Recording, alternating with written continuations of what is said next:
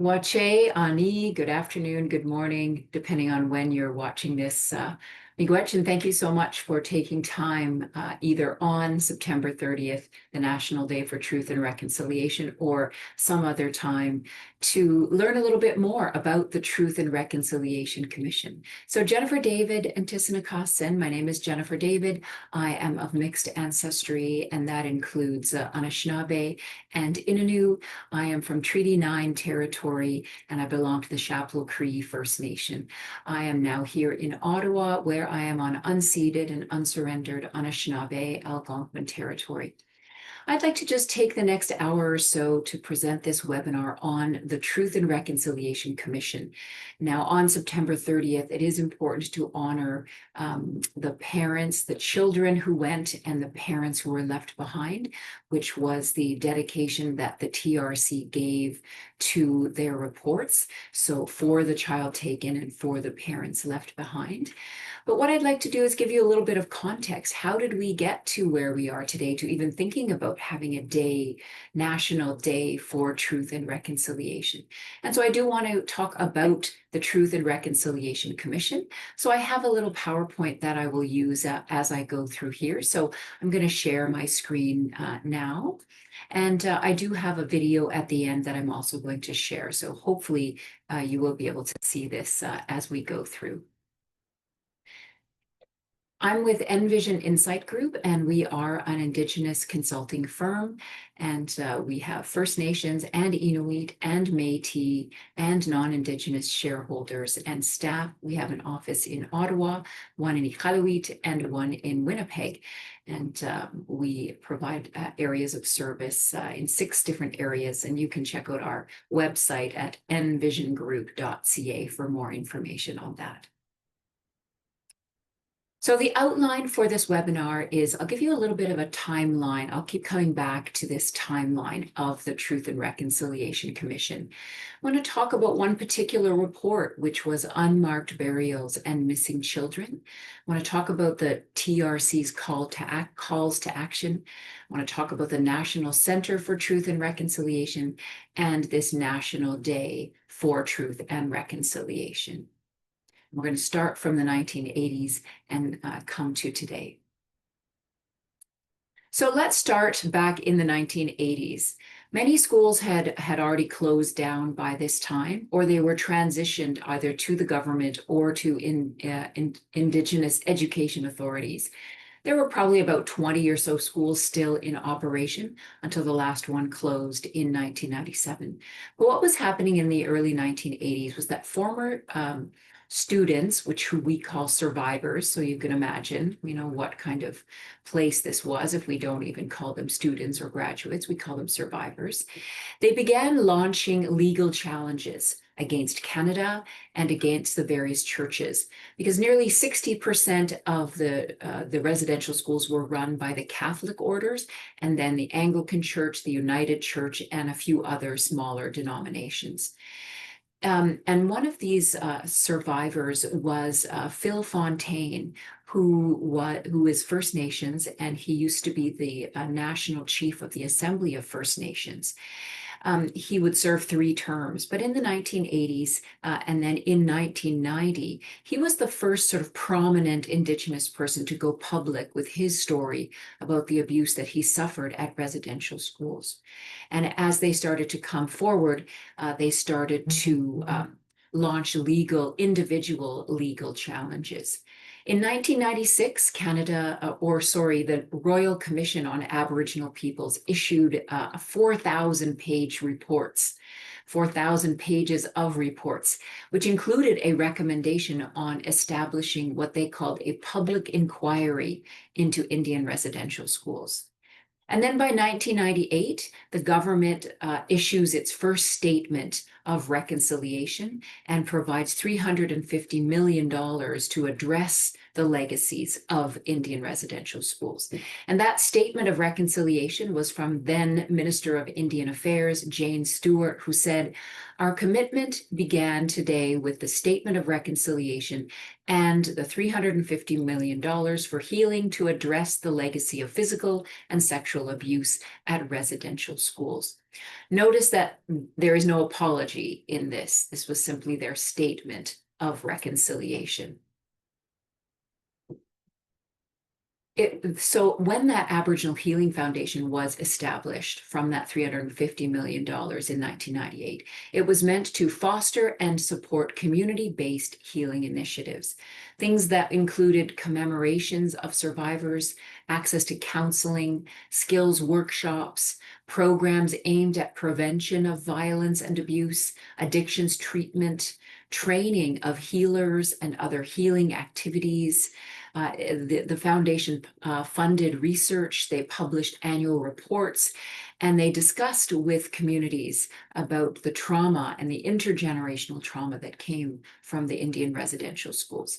Now, the foundation did help many individuals and communities, but when the Royal Commission issued its report, which was just, again, 2 years previous, on the front page of that report, they said, quote, "There cannot be peace or harmony unless there is justice." And more residential school survivors were saying there cannot be healing unless there is justice. So in 2003, they launched the Alternative Dispute Resolution Process for Residential School Survivors, and this was an out-of-court option. So some survivors did follow this route, but many did not. And in 2006, the survivors came together and launched a class action lawsuit against Canada and the Protestant churches seeking an Indian residential school settlement agreement. It would take me all day to tell you what happened and what didn't happen with the Roman Catholic Church, but essentially there was this class action lawsuit. And in 2007, 1 year later, it was called the Indian Residential School Settlement Agreement. So this was agreed to by Canada and most of the churches. And so what came out of that? This was a multi-million-dollar settlement. And at the time, it was the largest class action lawsuit in Canadian history. So the plaintiffs were the residential school survivors and their families with their independent counsel, as well as the Assembly of First Nations and Inuit representatives. And it was against the Government of Canada and against church entities, which by this time did include the Catholic Church, the Anglican Church, the Presbyterian Church, and the United Church. It's no longer the largest class action. However, at the time, it certainly was. And so the survivors not only got demands or not only had one part of this settlement, but in fact, there were many elements in addition to a sort of a multi-million-dollar settlement.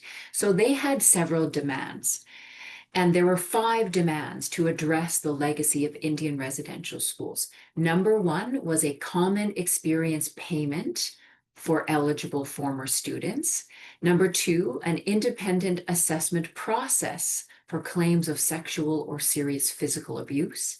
Number 3, measures to support healing, such as Indian residential school resolution health support program, and an additional endowment to the Aboriginal Healing Foundation. Number 4, commemorative activities. And number 5, the establishment of a Truth and Reconciliation Commission. So I want to go through each of these 5 demands and see what's happened. So number 1, the common experience payment. So there was $1.9 billion set aside, and this was for, quote, recognized and eligible Indian residential schools. So at the time, there were 139 of them. It did not include day schools, it did not include Métis schools, and it did not include most Inuit schools or schools in Newfoundland and Labrador. And this was something that people had to apply to. Now, can you imagine if you have to apply to receive money for, what you suffered and how you attended these schools? But that was the process where people had to apply. They also had to apply for claims of sexual or serious physical abuse. It was meant to be non-adversarial, and they could have private hearings. So again, it was not in any kind of courtroom, and there was a neutral adjudicator. But you can imagine how re-traumatizing this would have been for survivors to tell their stories, because they had to, quote, prove that the abuse happened as described. And they had to apply, they had to fill out an application form and detail the abuse that they suffered. And they had to talk about either claims of abuse, claims for other wrongful acts, or, quote, exceptionally serious claims to be brought before the courts.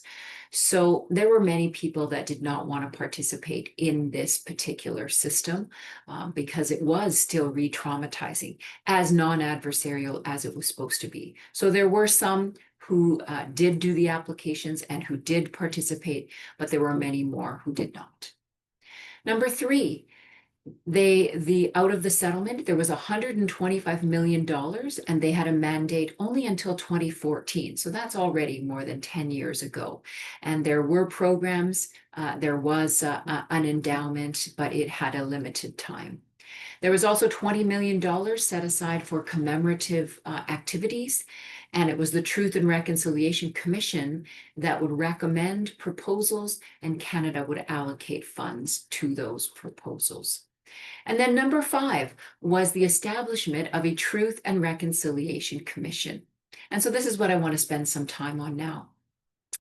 There were originally 3 commissioners that were appointed in 2008, but citing conflict with and between the commissioners, they felt insurmountable challenges and government interference. All 3 of those commissioners resigned, and so the TRC needed 3 new commissioners. And those 3 new commissioners did come on board in 2009, and they had a $60 million budget. Now, I want people to remember that this was not from, quote, taxpayers' money. So a lot of people will complain and they'll say, well, why are we spending all of this money on all of this? I just want everyone to remember that this was a demand out of the residential school settlement agreement. So this is money from that settlement agreement, and this is from the survivors demanding how this money would be spent. So let's go back to our timeline. So what happened in 2008 is that Canada officially apologized to residential school survivors. And the former Prime Minister of the day said, quote, "Today we recognize that this policy of assimilation was wrong, has caused great harm, and has no place in our country." He stood up in the House of Commons in June of 2008, surrounded by survivors, as well as First Nations, Inuit, and Métis representatives, and he issued an apology for Indian residential schools on behalf of Canada. Some felt hopeful, and they said it helped with their healing. Some thought it was empty words, and some were too triggered and traumatized to even watch it on television, and so they didn't want to have anything to do with it. Another thing that sometimes people will say to me is, well, that was great. It was the former government of the time. They stepped up and they apologized. But remember, this came out of the residential school settlement agreement, the demands from the survivors. And so who knows whether this would have come out at all, would have come out at this time if there wasn't the residential school settlement agreement. But it was an apology, and that kicked off the work that the TRC was going to begin. And so in 2009, when the TRC was reestablished and they began implementing its mandate. The commissioners were the Justice Murray Sinclair as the chair of the TRC. He's passed away now. He passed away last year. Chief Wilfrid Littlechild, who was a commissioner, and Marie Wilson, who was a commissioner. Both Senator Murray Sinclair and Chief Wilfrid Littlechild are both First Nations. Marie Wilson is non-Indigenous. As the chair, Murray Sinclair He commissioned the Aboriginal Justice Inquiry in Manitoba in the 1980s, and again is well known now in his work that he's done at the TRC. Chief Wilton Littlechild, he's from Ermiskin or Musqueam First Nation in Alberta. Oh, and by the way, Murray Sinclair is from a First Nation in Manitoba. Wilfrid Littlechild attended a residential school for 14 years.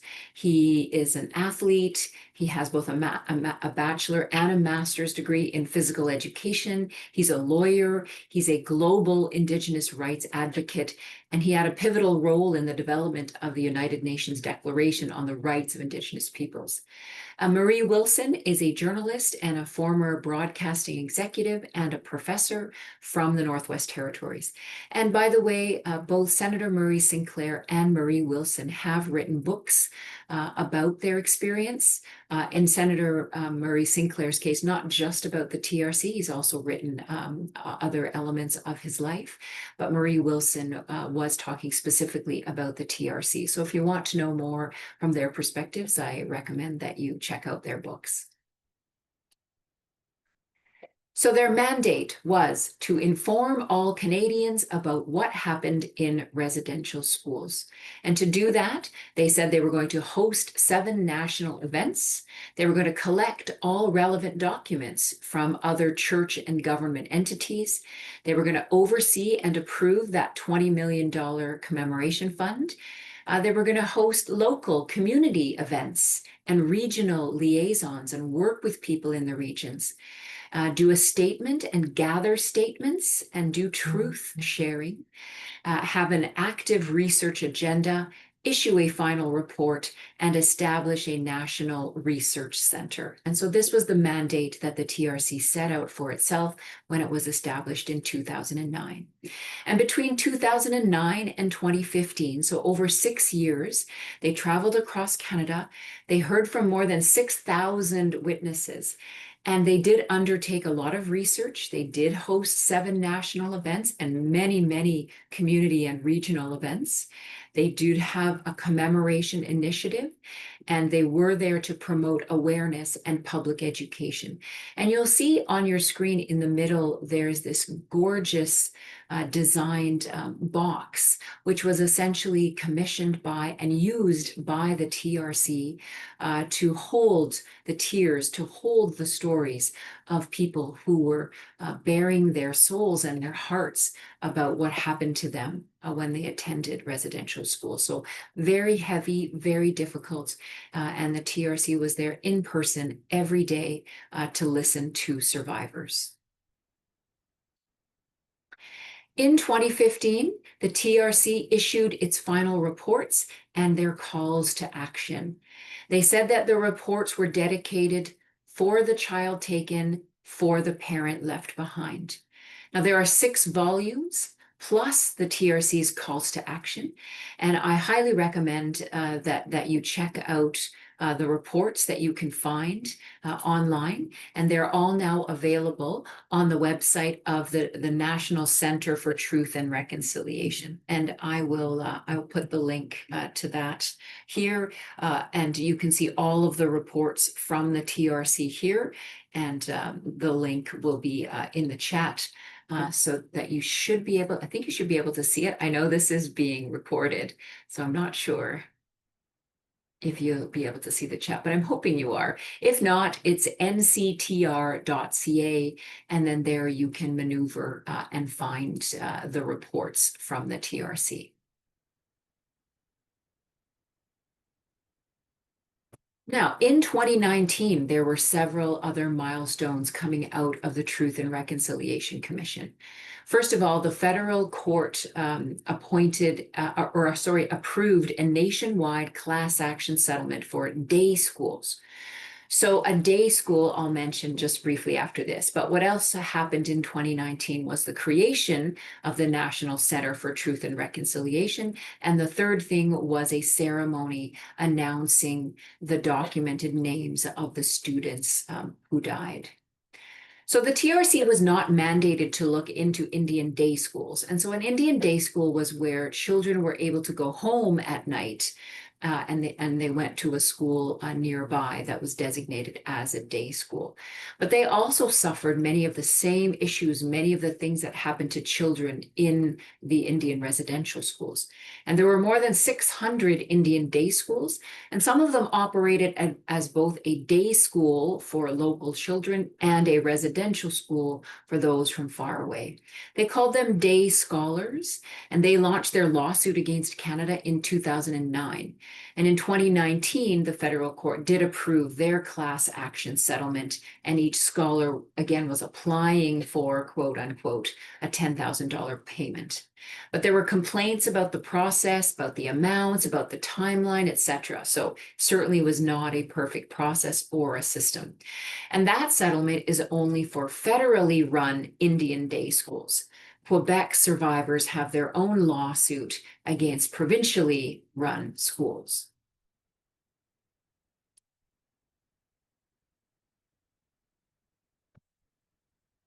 So number 2, I mentioned the creation of the National Center for Truth and Reconciliation, located in Winnipeg. You can visit it online or go to the website nctr.ca. You will find the reports, you will find survivor testimonies, you will find records and maps and photos and exhibits and educational resources.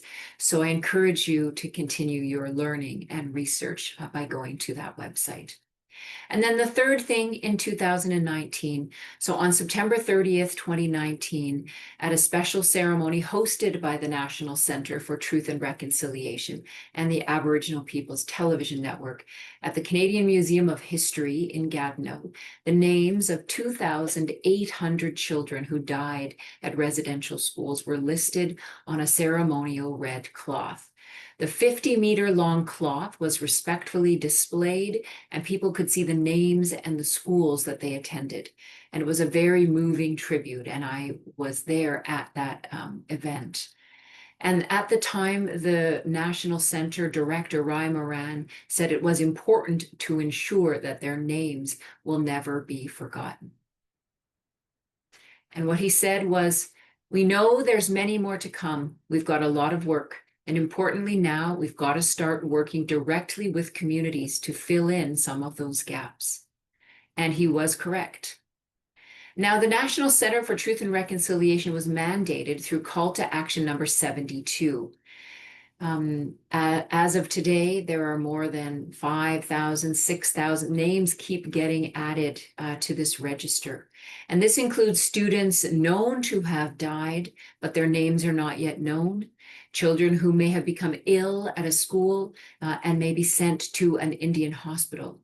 But the TRC has often said that many records were lost, they were purposefully destroyed or burned, or they are located in places that have not yet given up those records. And some of those include at the Vatican in Rome, where some of the Catholic records are still kept. In 2021, in fact, in May of 2021, Canadians learned from the Tk'emlúps to Secwepemc First Nation. They made an announcement that using ground penetrating radar, they found the unmarked graves of 215 anomalies that they said were children that were buried on the site of the Kamloops Indian Residential School. Even though the TRC had a volume dedicated to missing children and unmarked burials, the physical evidence finally made a connection. It seemed that Canadians were finally understanding the horror and the realities of residential schools. It's like people were saying, what if that was my uncle or my grandmother, or what had happened to someone who had attended the residential school? My son, my daughter. And so people started to make the connection to themselves. In the mainstream media, people talked about them as, quote, discoveries when referring to these unmarked graves or unmarked burials.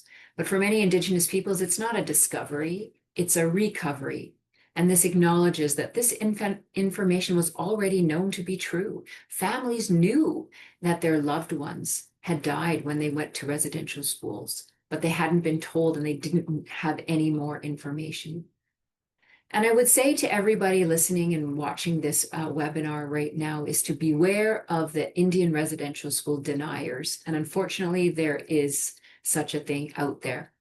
In fact, there was a motion just last year before the Law Society of British Columbia from a group of lawyers saying that they should edit their cultural awareness course to stop saying that there were 215 unmarked graves at the school when there was no evidence, and instead say potential unmarked burial site.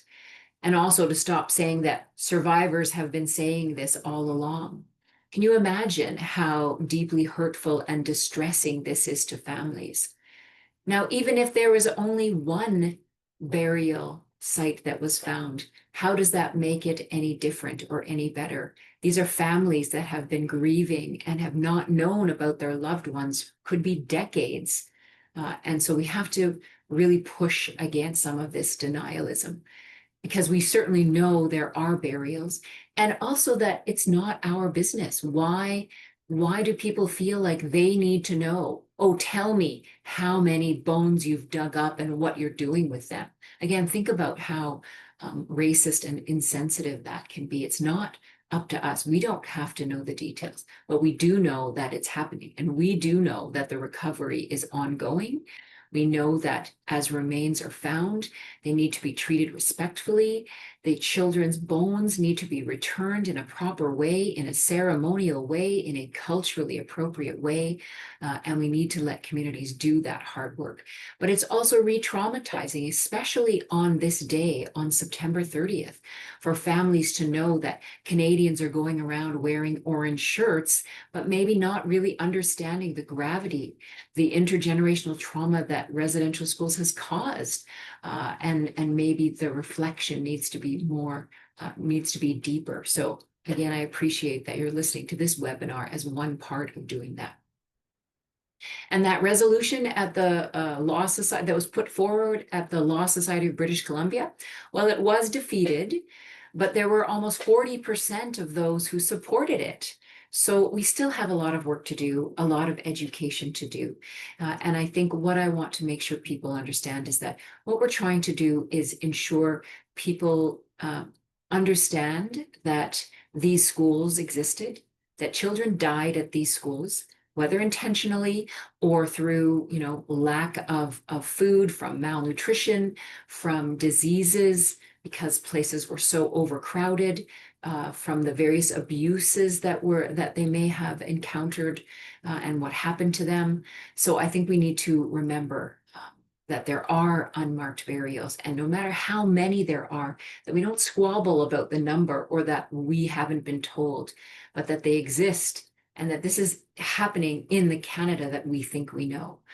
And that's what September 30th needs to be about: recognition and honoring the children who went to these schools and the parents left behind. And if they found even one remain on one First Nation, or on one site of one school, then it's wrong. It should never have happened. And we have to come to terms with that. Every family, every community deserves to know what's happened to their family. Let's not take attention away from the fact that these schools existed, that children died there, that families were not told, and that they need to come. Later in 2021, in response to the unmarked graves announcements from Tk'emlúps, and then subsequent First Nations who made similar announcements, there is a specific TRC call to action for the federal government to announce a statutory holiday. And so in 2021, in June, that is what they did: the first National Day for Truth and Reconciliation, to be held on September 30th each year. Now, this is a federal statutory holiday. And it was already being unofficially acknowledged as Orange Shirt Day. Orange Shirt Day is a grassroots-led commemorative day intended to raise awareness of the individual and family and community intergenerational impacts of the Indian residential school system and to promote the concept of every child matters. And it came from an individual named Phyllis Webstad. She had an orange shirt that was given to her by her grandmother so she could wear it on her first day of school. And she was going to the residential school in Williams Lake, British Columbia when she was 6 years old.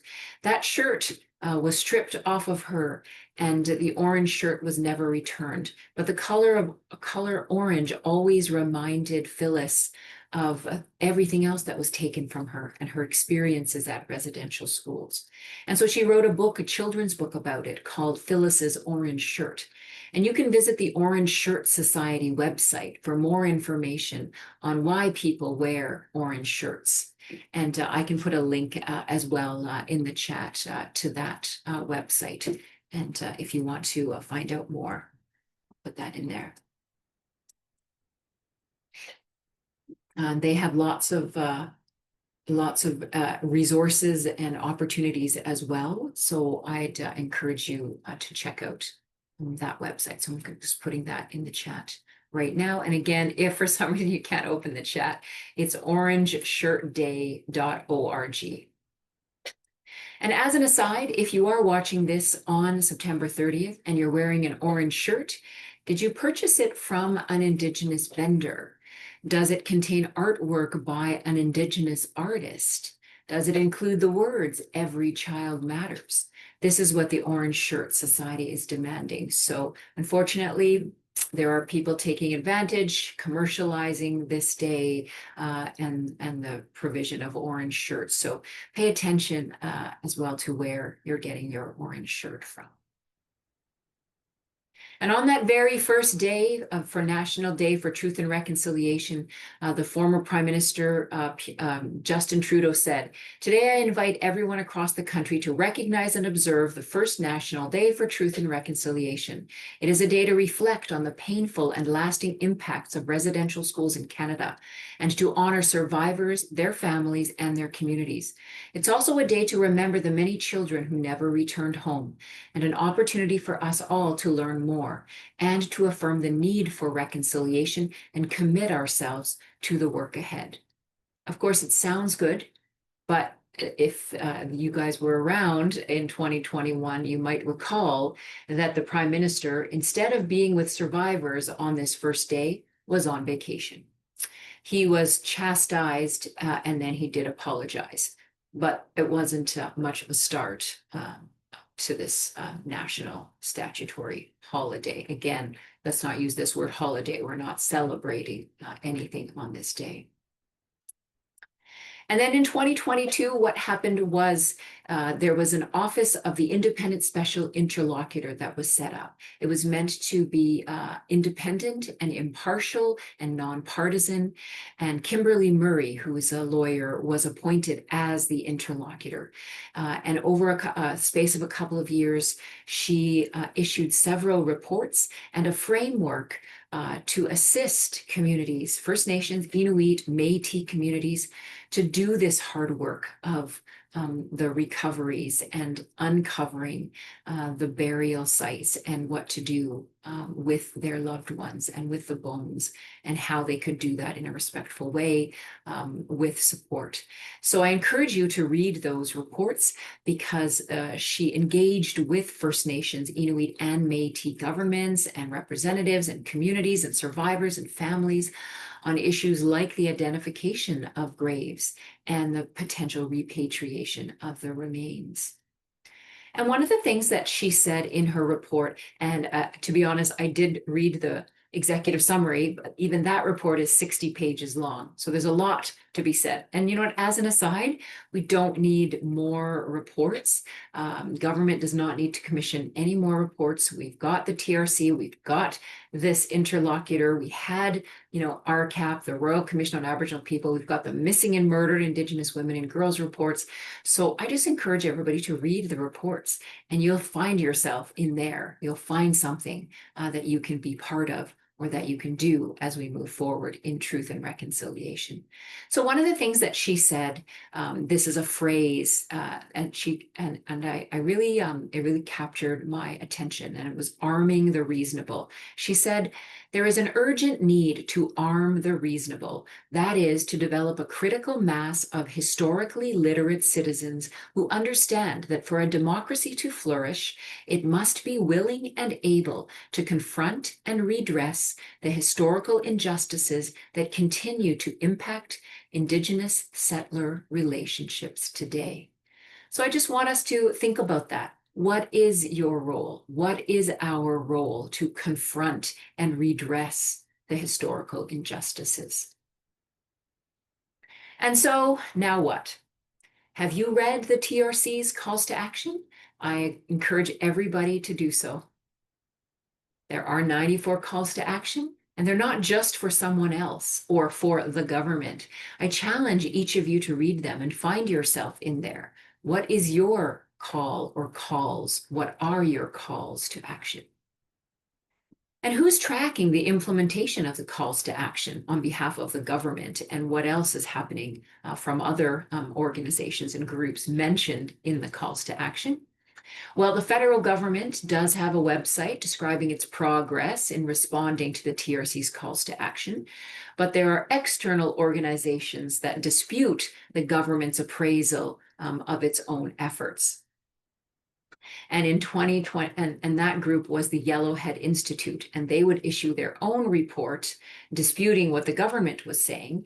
But in 2023, the Yellowhead Institute said that it would stop reporting on the government's progress towards implementing the calls to action because, quote, they said, there are limits to how many times you can write a report about how Canada, once again, has failed to make any meaningful progress.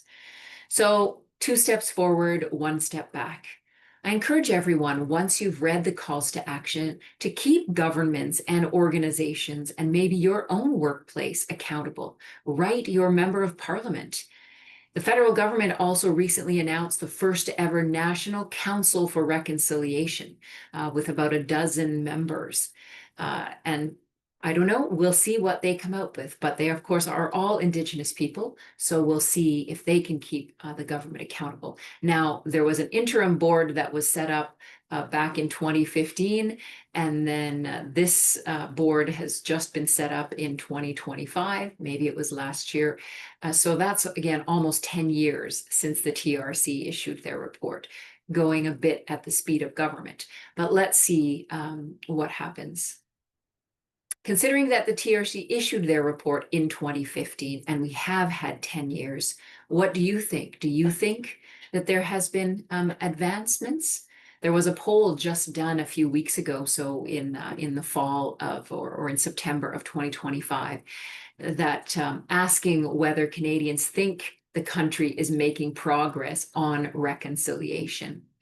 And it was like almost 60% said that they did, which of course means 40% thinks that they didn't or they aren't. So there isn't agreement on whether Canada is actually fulfilling its mandate and its part of the TRC's calls to action.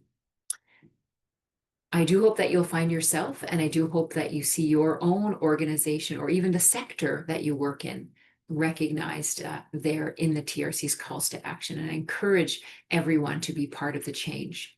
Senator Murray Sinclair, when he was chair of the TRC, said that it was 150 years of residential schools to get us to where we are today. So we can't expect there to be reconciliation tomorrow, of course.